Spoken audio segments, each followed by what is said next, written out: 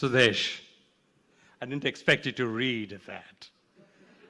That was written after 3 Fennies and was written in fun, and I thought you would sort of keep it under your hat, that black hat which you wear all the time. But now that you have done so, I hide my embarrassment, and I should begin my talk. Standing here, I feel a bit of an imposter, because I see at least 1 or 2 faces here who could have done what I'm supposed to do today much better than I could. I was supposed to talk about experiences with Mr. Ghoshal, and I know people here who could do that much better than I'll be able to do it today. But then, you see, I have a serious speech defect. I just cannot pronounce the word no. And by the time I begin to sort of work out the consonant and the vowel to say the word, I mean, there is this diabolical sweetness, a sweet persuasion of Sam Balsara that sort of gets you. And so that's why I'm here. So I'm here. And you can blame Sam for the impending discomfort that you will feel. I'm supposed to talk about Mr. Ghoshal and me. I was a 2-year-old infant when Subhas Ghosal joined JWT Calcutta as an apprentice, as you heard, who had to pay for his apprenticeship. 22 years later, I joined JWT Bombay as a copy trainee.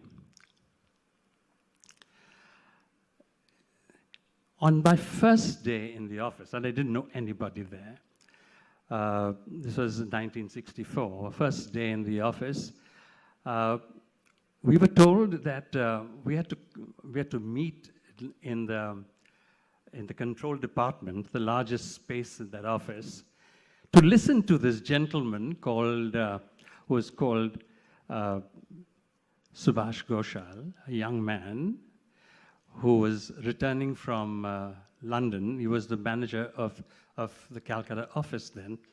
He was returning from London, and that it would be nice if we all heard him speak. So we all assembled in that space, and I tried to get the last row. I stood in the last row of that assembly, sort of embracing invisibility. And but even there, in the last row, I could hear every syllable of this man's chaste and velvet voice. And I remember he talked about, even then, he talked about the future, not of J. Walter Thompson, but the future of advertising.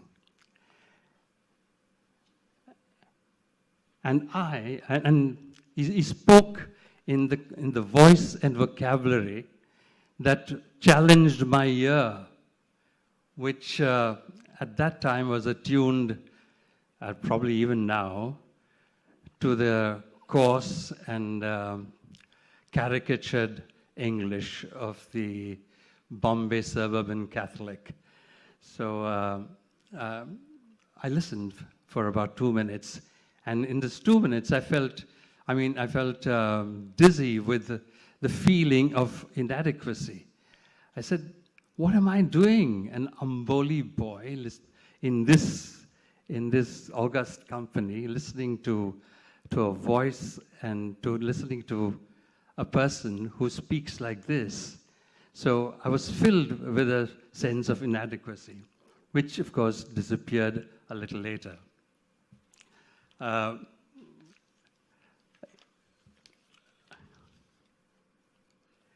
My initial awe of the man never left me.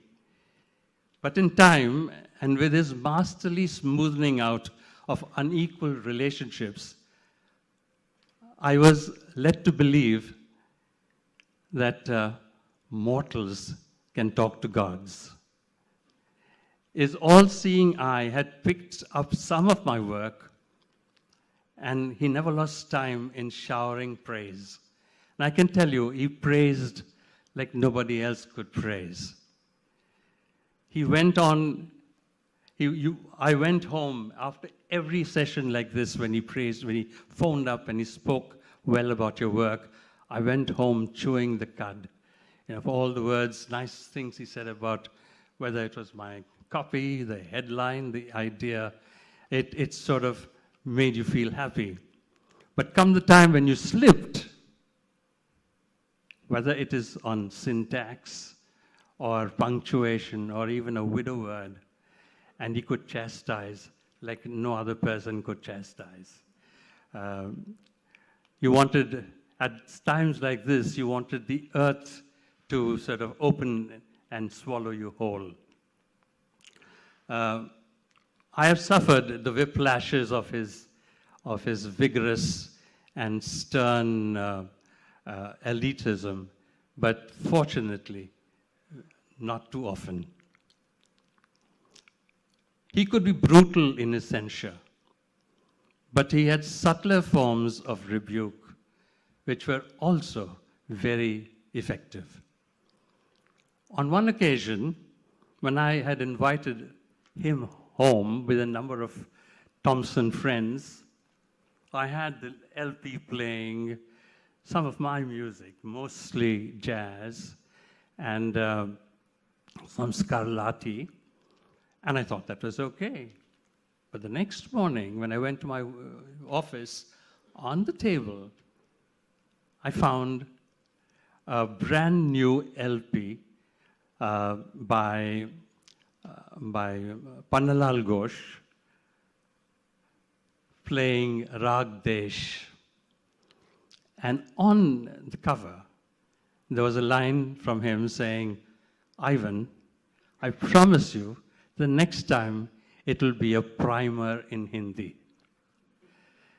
So that for me was a wake-up call long before the advent of people like, long before the advent of Pandays and the Joshis. But that was one of his subtler ways of telling you what he wanted to tell you.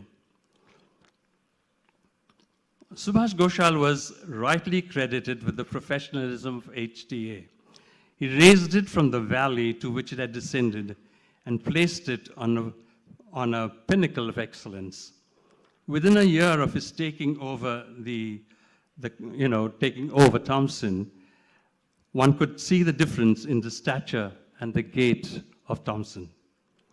I remember one year at the awards ceremony in Bombay. It was, I don't know if you remember, it was the year when CAG, Ad Club, and the 3As of I all combined to get together to give their the awards in one function. At that year, HTA won 24 awards, the highest tally.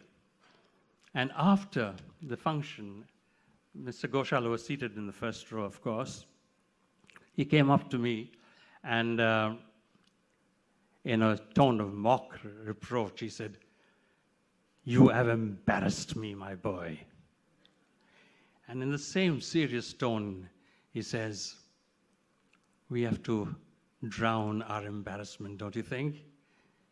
And so we did drown our embarrassment right up to after midnight with 24 pieces of gilded metal around us.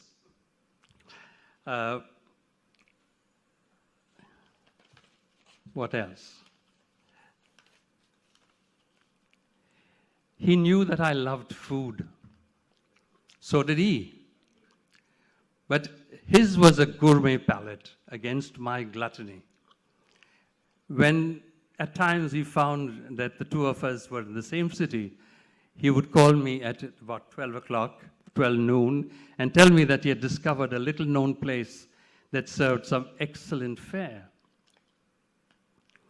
The fare, of course, would be good, as would the 60 ml accompaniments that kept coming. But what put the clouds under my feet was his conversation, spiced with his wit and wisdom. That was bread and wine for the soul. We at HTA believed that Ghosal was ours, but it became evident quite soon that his commitment to profession and his breadth of vision were larger than a concern for just one agency. He led delegations in India and abroad, and his leadership always brought honor to the entire industry. Truly, Subhas Ghosal belongs to the entire advertising profession. These, my reminiscences, are inconsequential. Subhas Ghosal had a prophetic vision of the industry that he believed that the fundamentals of persuasion would stretch right across time and technology. I believe that he belongs as much to history as to our future. Today, I see this group here gathered in his name. Many of you knew him. Not all of you probably even know of him. But it makes me glad to see so many people collected in his name. But a couple of weeks ago, I read an article that purported to be a 50-year history of the Indian advertising industry.